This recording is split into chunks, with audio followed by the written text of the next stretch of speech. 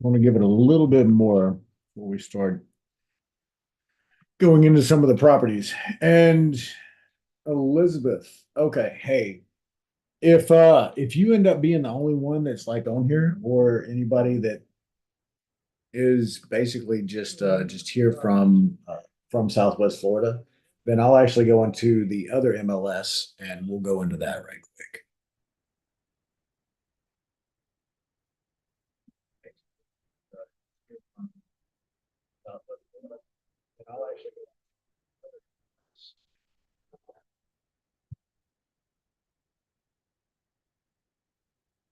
All right. Let's see. I just want to make sure because I haven't done this a lot before, so trying to get used to holding these down. Can you hear me all right?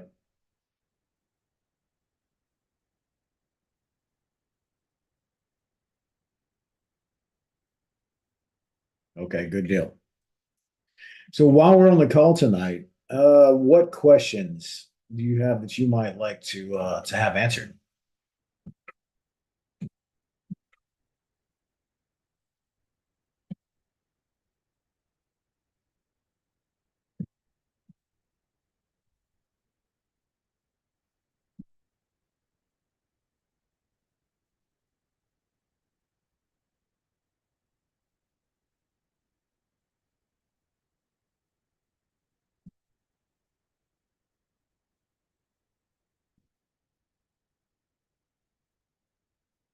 And during this time, I try to make it as interactive as possible. So just make sure that if you have questions, this is definitely the time to ask so that we can kind of get that clarity.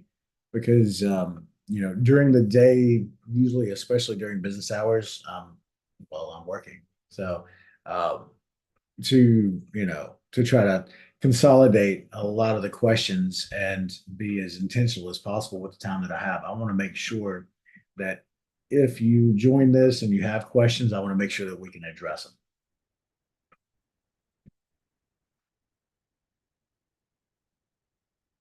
And it's been five after, so we're going to go ahead and start diving in. A couple things that I like to do on these is go in and analyze the properties kind of in real time, right? So I have just a very basic calculator that I use.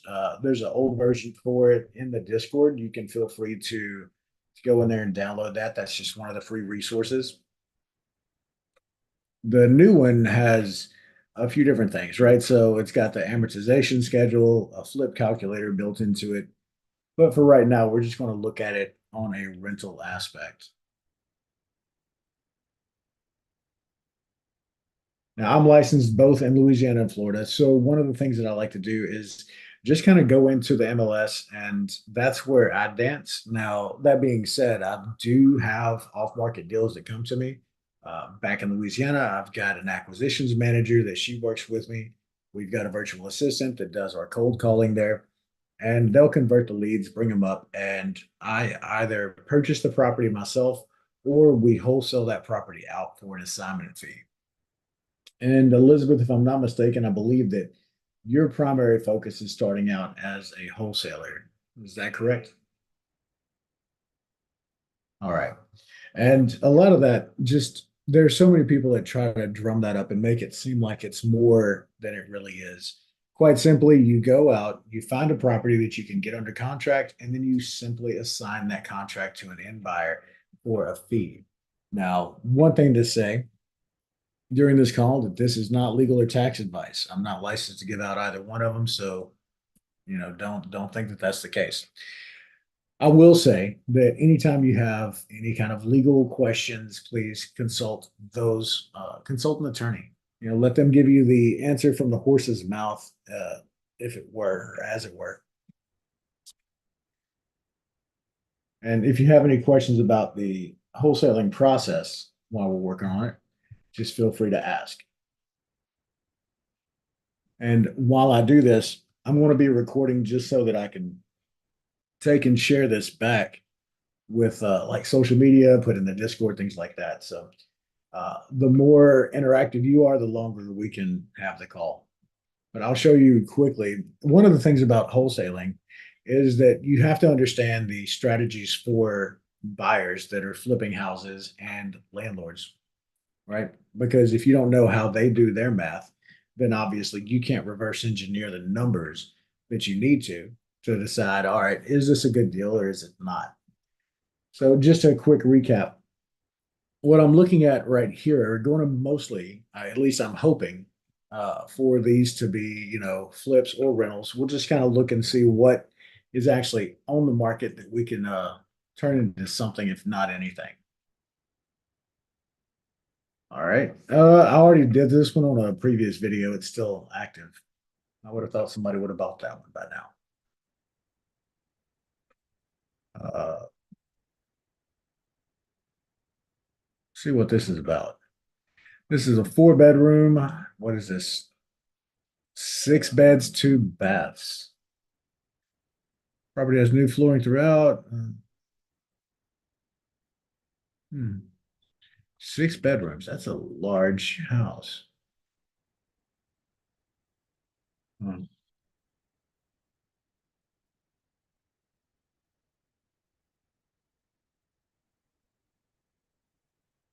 Yeah. So just real quick, as a landlord, if this was a duplex and it was a 3-2 or 3-1 and 3-1, that would be a different story. As a landlord, 6 bedroom, it's going to be a tough one to fill. And even then, your utility cost is it's going to be kind of high. So I'm just going to kind of skip over that.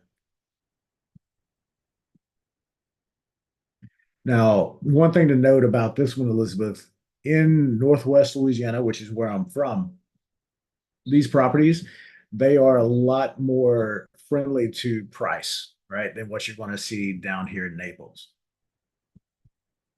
Let's see if we can find some other ones. That's a 3-2.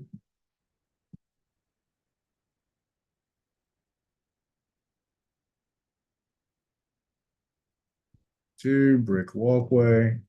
We're just going to see if any of this makes sense. It looks like it's okay. So it's an older home, probably 20s, 30s, maybe into the 40s. It's got that cool Highland funky style, kind of like that.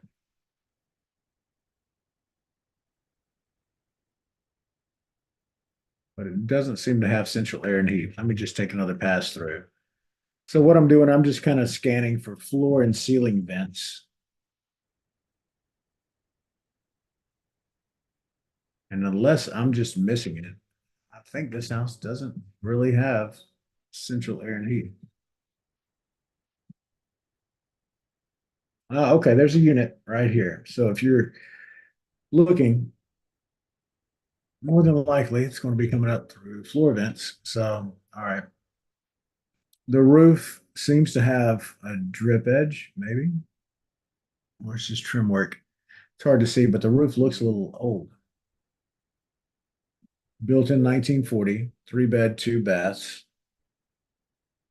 65.95 on the square footage. So if we look, we would like to see that this property would be a Section 8 property. So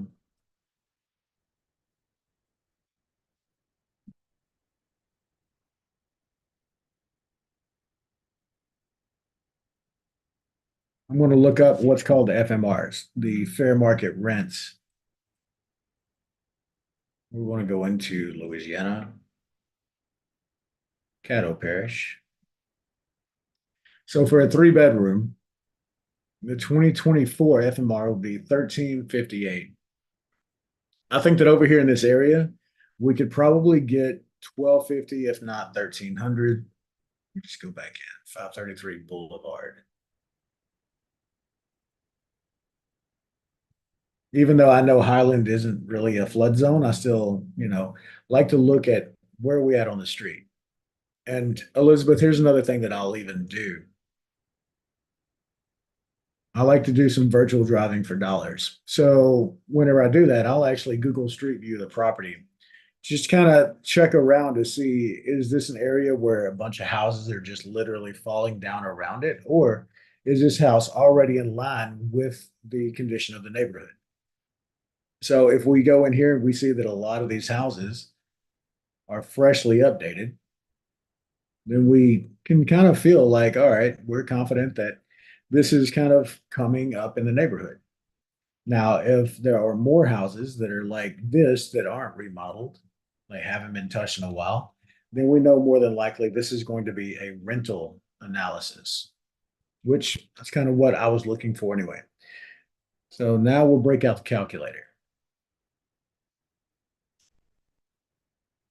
We'll mess with that later. So the listed price, we're just going to kind of work back and forth on this.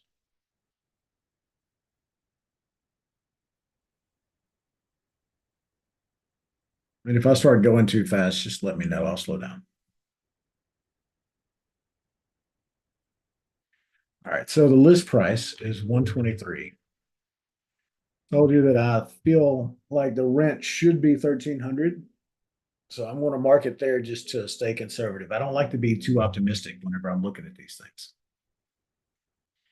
Under the deferred maintenance, I'm thinking maybe a roof. I saw the window unit, so either the unit that's there, the HVAC unit's going to be a little undersized, or it's just not working well enough to keep up with the house. And a lot of these older homes, especially these 1940s homes, pier and beam homes, they're not going to be that well insulated anyway, which there's a few things about that. You're going to have higher utility costs. Your tenants are going to turn over if those utilities are too much for the size of that property. So make sure that you keep these things in mind. So I'm just going to look through and let's say that if I go in and I believe that you have read my book, you saw what I mean by GRM. That means that gross rent multiplier. So in a class C neighborhood like Highlands, I'm looking for a 5-year payback on my money. And again, this is just kind of quick napkin math, as we call it, just to make sure that, hey, real briefly, I'm just trying to see, can I make a deal happen? Am I just way too far apart on the numbers, or does it look like I could maybe do something? So if I'm just going off on the quick napkin math, I could pay up to $78,000 for that house to get 5 years payback on my money. Now, obviously, you're sitting here thinking, all right, well, that's 123.78. So that's going to be about $50,000. Wait, 22 and 23, that's $45,000. That's too far apart, right? I've negotiated some pretty good deals before.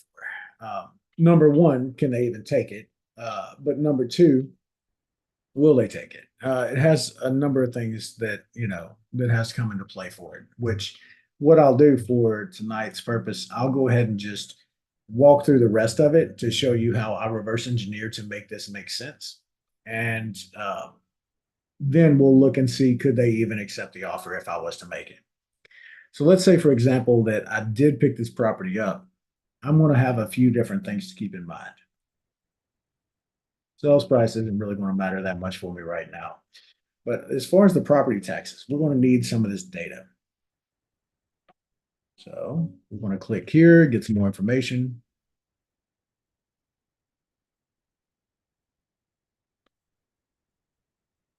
And Realist is just another tool that realtors have access to. So it's right now. Let me just see. Okay, all right. So it's owner occupied because I thought this assessment was a little bit low. So whenever you lose your homestead exemption, one thing to keep in mind is you're going to start paying those property taxes a little bit higher. So let's just say that I'm going to put on here about $90 a month for property taxes. Well, I know property management is going to be 10% across the board, so I always allow for 10%. My insurance on a property like this, one thing about insurance, I always do rental dwelling policies on my rental units. You never want to get just a standard what's called HO3, which is a homeowner's insurance policy. Normally that's less expensive, but it's also more dangerous. It's more risky because if you have a loss, you have a loss of rents, or if a tenant destroys the property, you don't have the vandalism rider or half the riders that you actually need for that property to get covered in the event of that loss. So I'm going to make sure that my insurance is accurate. I would say that an insurance policy like this, you're probably looking at about $95 a month. Owner paid utilities, that's going to be none.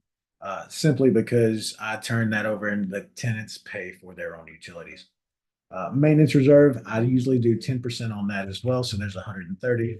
And I do 10%, even though typically our vacancy runs closer to 5%. I want to make sure that I'm over here and I'm being very conservative on what I do and how I need that to play out.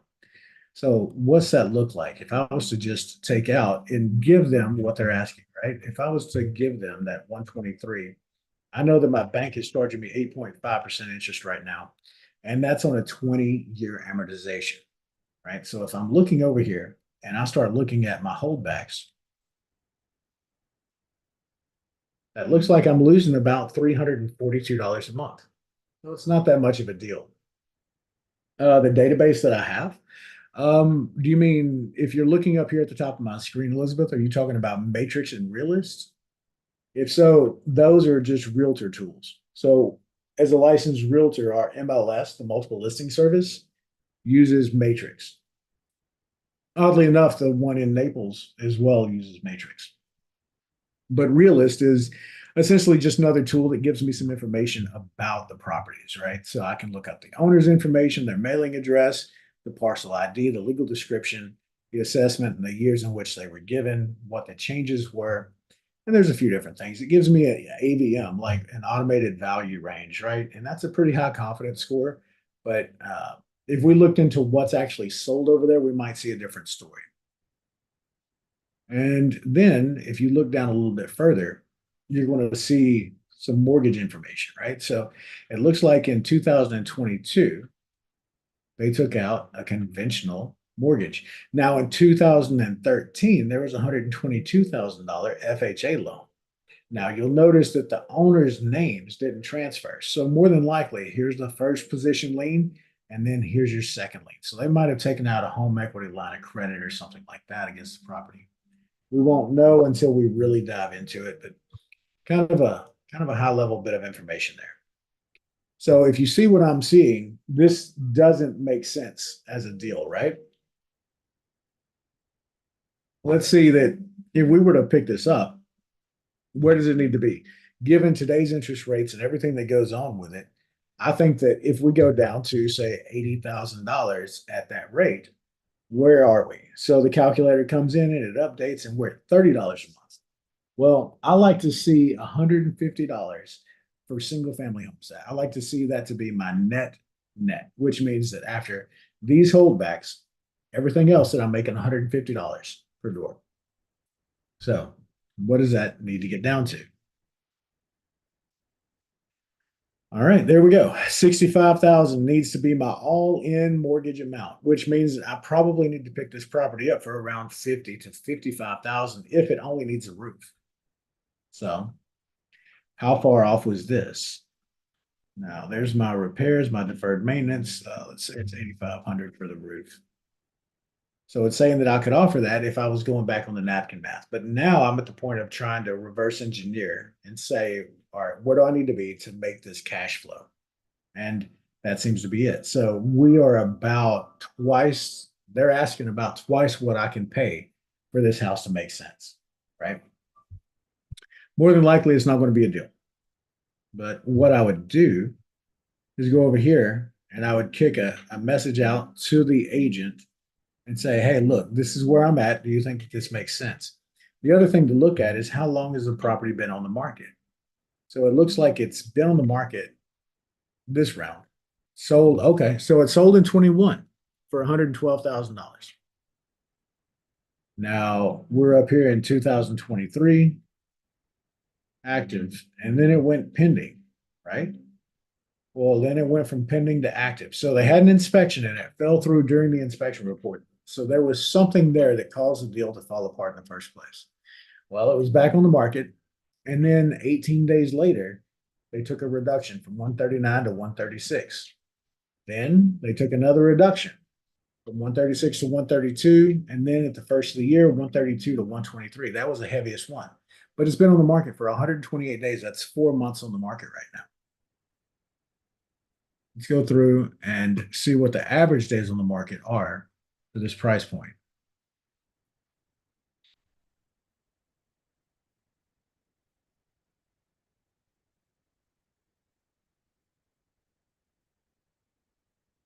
Now, you can go as hyper local as you want to, or you can keep it all the way within Shreveport.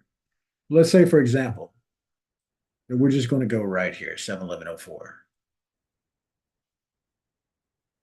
That's the zip code in which we're working.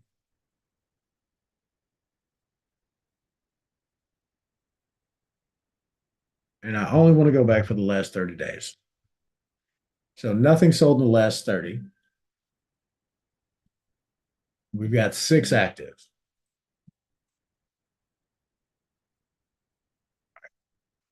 Let's expand it a bit more.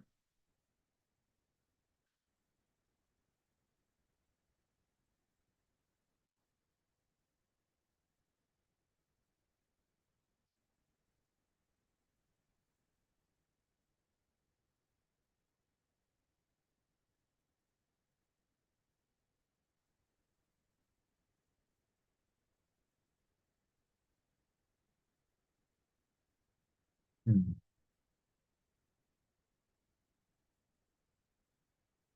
I don't like that. And that price point, there really hasn't been much moving in the last 30 days. And that's including a pretty good chunk of Shreveport right now.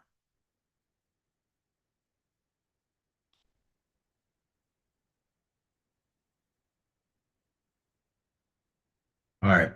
So we've got 17 homes sold. If we were to cover all of this, let's see what's active. 35.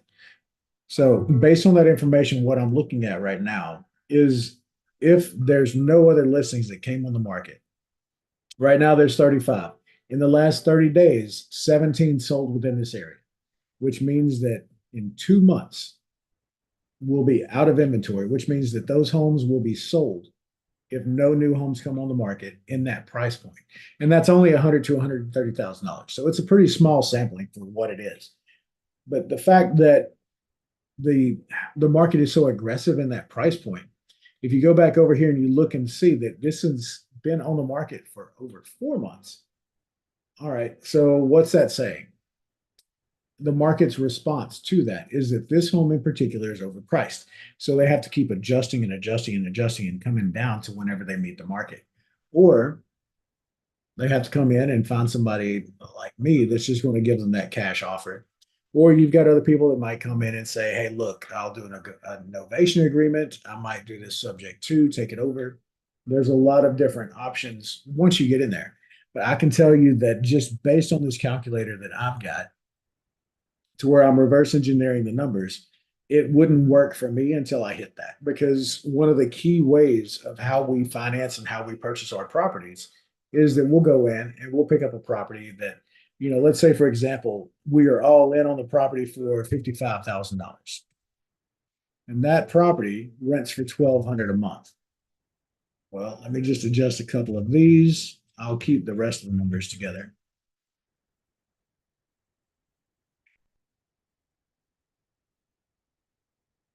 Even keeping the same value on the taxes, insurance, and that. Now, the last properties that we've had, we bought one for $20,000 and we put about 25,000 into it. So we were truly only 45 in. And that one rents for 1,200 a month. That's 177.70 a month that we make in cash flow. So we like those properties. Not to mention those properties also typically appraise. One of them, well, actually, I think one appraised for 75, the other one appraised for 80, if I'm not mistaken. So they appraised high enough to where the bank on the loan to value or the LTV, they look at it and said, hey, look, we like it enough where it's at. So we'll go ahead and finance the whole $55,000 for you so that you can get all of your money back out. And then you can go on to the next project and do it again. That's what's allowed us to start with $6,000 back in 2015 and then grow to what we're at right now, which the other benefit, let's say that I only take that $55,000 and it only appraised for $75,000. Let's check out the calculator here. I'll show you. The banks will typically give you 80% loan to value. So if I have $75,000 worth of value in a property, and they're going to give me 80% of it, they would give me $60,000, right? So if I finance 55 and I've got that 60, I've got $5,000 worth of equity that's just sitting there. Well, nobody's going to do anything. Some people would just take the full $60,000 on the remodel or on the refinance. But that's just not what we do. We let that one sit.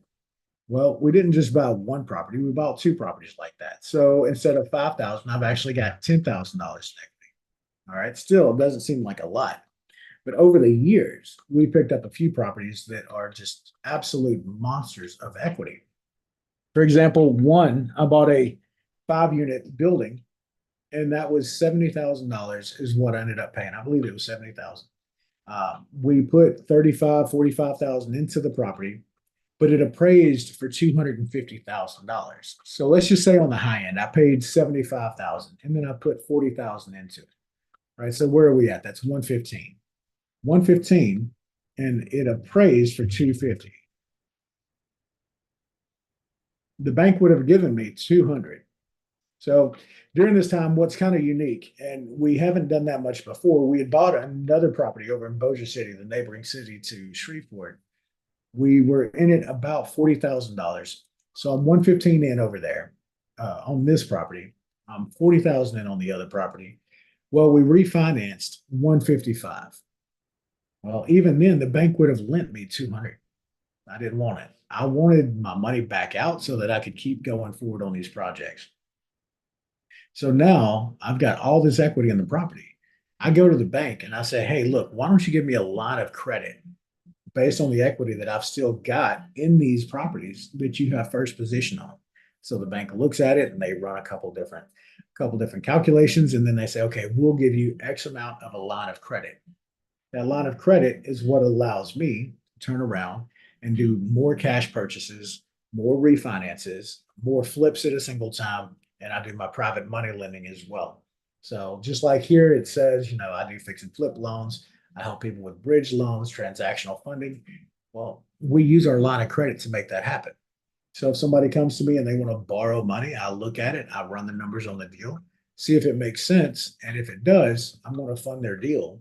And then I charge them the interest rate above that, right? So if I'm paying my bank 8.5%, I'm loaning somebody $100,000, right? So actually, I just did one a couple weeks ago, right before the new year. And then I've got one set to come up at the end of the month. So they're going to borrow $105,000. My bank is charging me, oh, that is not correct. Yeah, it is. So the bank is charging me 8.5% a year. Now, if I take that out, I know that every month I'm paying $743.75 to the bank just for using that money. But here's the interesting thing though, $105,000, I'm charging 12%. So, and I'm making 1,050. So just on that one loan, I'm making what, 300 something dollars? It's not bad. I'm also making 5 points for coordinating the loan. So this is a 6 month loan. I'm making $5,000 just for saying, look, here's the check. And then I'm going to make an extra $300 a month for the next 6 months just for writing this loan. And it's all asset based. So it's secured by the property. Let's see. I feel like I'm getting into like a lot of tangents, a lot of rambling. So if anybody has any questions, now is a great time to ask. Bring me back on track.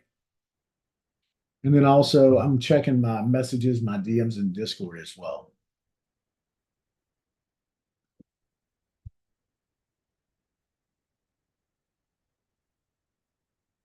All right. Seems like everybody's questions are answered, so that's good. Um, let's see. Any questions that I could give answers to on something other than rentals, flips, maybe?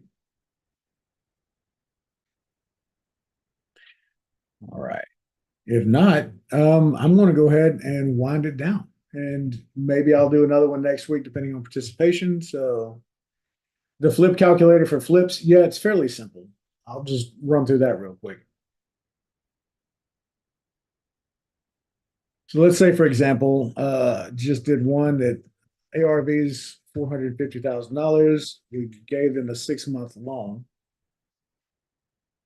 Let's see. Listed sales price was, I want to say it was 360. And again, this is still kind of being worked on. And now, Elizabeth, in Discord, I'm not streaming this in the Discord.